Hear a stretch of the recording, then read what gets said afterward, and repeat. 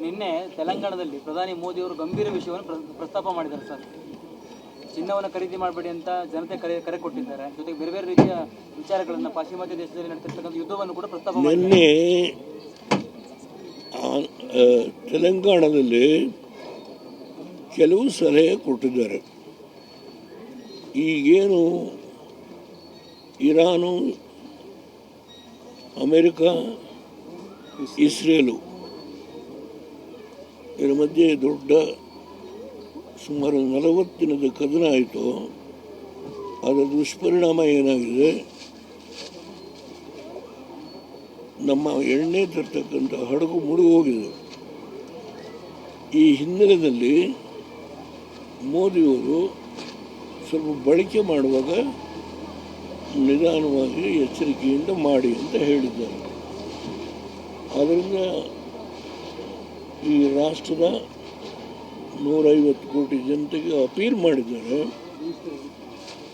ಅದು ಬೇರೆ ಕಾರಣದಿಂದ ಅಲ್ಲ, ಅಂತಾರಾಷ್ಟ್ರೀಯ ಮಟ್ಟದಲ್ಲಿ ನಡೆದಿರ್ತಕ್ಕಂಥ ಈ ಸಂಘರ್ಷದಿಂದ ಆಗಿರೋ ಒಂದು ಕೆಟ್ಟ ದುಷ್ಪರಿಣಾಮ.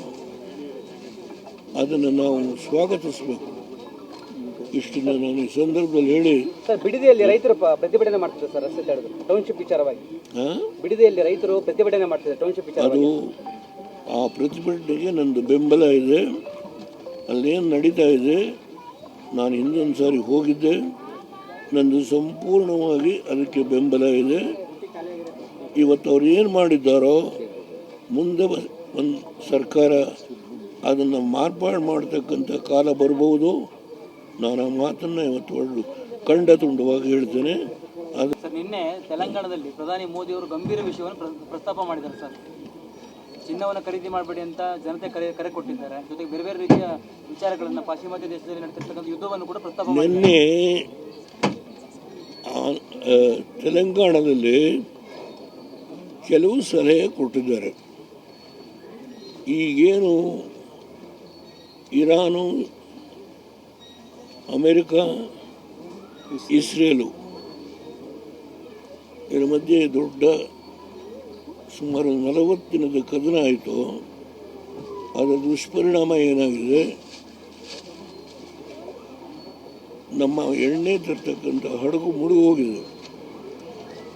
ಈ ಹಿನ್ನೆಲೆಯಲ್ಲಿ ಮೋದಿಯವರು ಸ್ವಲ್ಪ ಬಳಕೆ ಮಾಡುವಾಗ ನಿಧಾನವಾಗಿ ಎಚ್ಚರಿಕೆಯಿಂದ ಮಾಡಿ ಅಂತ ಹೇಳಿದ್ದಾರೆ.